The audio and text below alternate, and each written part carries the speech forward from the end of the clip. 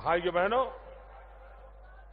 Tourism के विकास के लिए हवाई अड्डे से उतर करके कोई भी टूरिस्ट आएगा, क्या हाल बना के रखा था रास्ते का।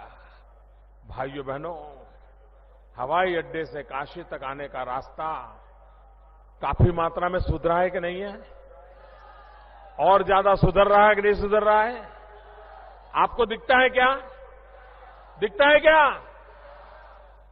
सपा वालों को नहीं दिखता है, आपको दिखता है। अगर जिनको रोड नहीं दिखता है तो उनको देश के जीवन में बदलाव कहां से दिखेगा? भाइयों बहनों, भाइयों बहनों,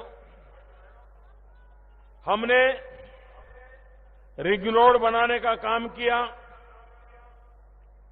रिंग रोड बनाना हम चाहते थे,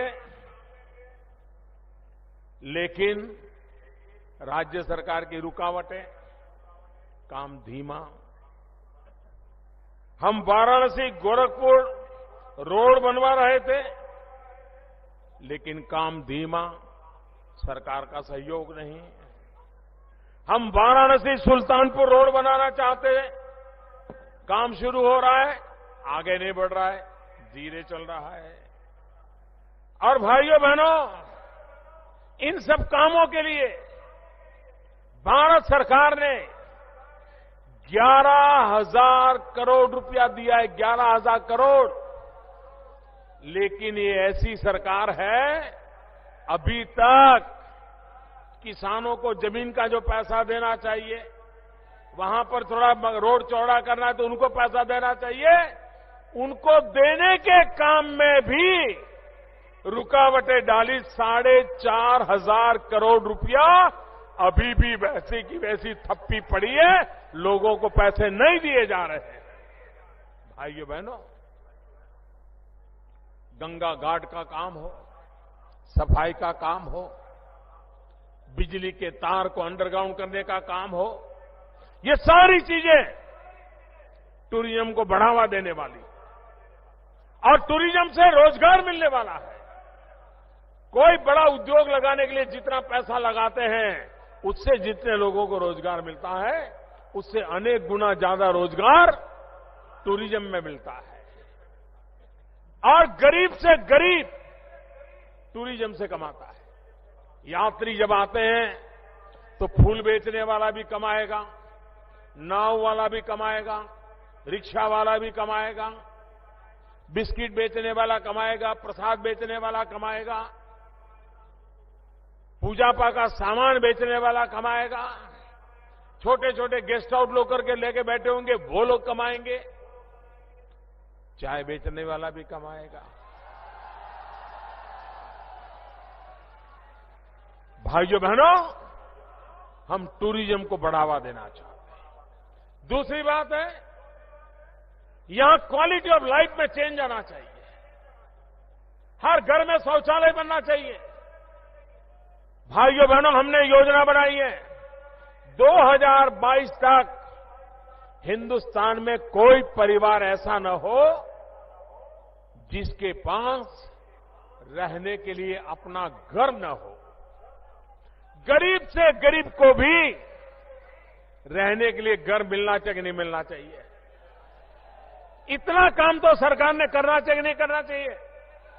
और घर ऐसा हो जिसमें पानी भी आता होना कि नहीं होना?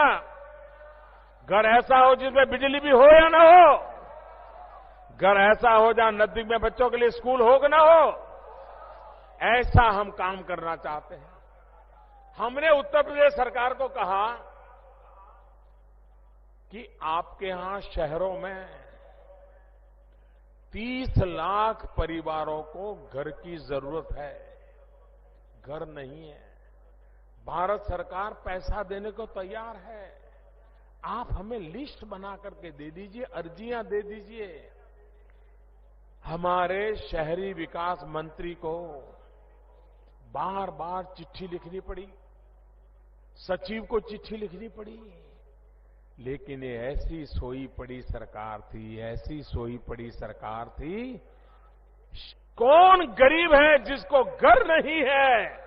भारत सरकार जो घर देने वाली उसको मिलना चाहिए, ये लोग सूची नहीं बना पाए। सूची, जो सूची नहीं बना पाते वो घर कैसे बना पाएंगे? आप कल्पना कर सकते हो। आखिरकार हमने रास्ता खोजा।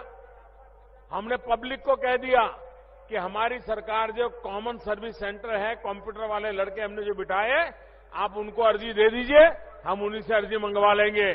1.5-2 लाख अर्जियां सीधी आ गई। तब ये उत्तर प्रदेश की सरकार लोग लगा रहे यार, ये मोदी तो कर गया, उसने रास्ता खोज लिया। भाई तब उस उत्तर प्रदेश की सरकार जगी। भाइयों बहनों, कोई सरकार ऐसी नहीं हो सकती है। हम ये तो समझ सकते हैं कि चलो भाई इतने घर बनाने थे, थोड़े कम बन गए, हम इतना समझते हैं 3 महीना लेट हो गए, लेकिन कागज पे नाम तक न लिख पाओ, क्या चला रहे हो आप लोग? भाइयों बहनों, हम चाहते हैं हर घर में 24 घंटे बिजली मिलनी चाहिए। आज का जमाना, गरीब आदमी भी बिजली के बिना गुजारा कर सकता है क्या? कर सकता है क्या? बिजली चाहिए कि नहीं चाहिए? हमने एक योजना बनाई। हिंदुस्तान के सभी राज्य, सबके सब उस योजना में शरीक हो गए। भारत सरकार के साथ उन्होंने एमओयू कर लिया। पैसे भारत सरकार दे रही है, कैसे करना, क्या करना, भारत सरकार दे रही है। एक अकेला उत्तर प्रदेश, सपा सरकार पर मेरा गंभीर आरोप है, उन्होंने इस योजना का लाभ लेने से मना कर दिया। कोई ऐसा सोच नहीं सकता है भाइयों। कितना फायदा होने वाला था उत्तर प्रदेश को। बिजली सरकार दिल्ली से दे रही है, पैसे दिल्ली सरकार दे रही है, लेकिन वे इस योजना से जुड़ना नहीं चाहते। क्या कारण है कि वे उत्तर प्रदेश के लोगों को अंधेरे में जीने के लिए मजबूर करना चाहते हैं?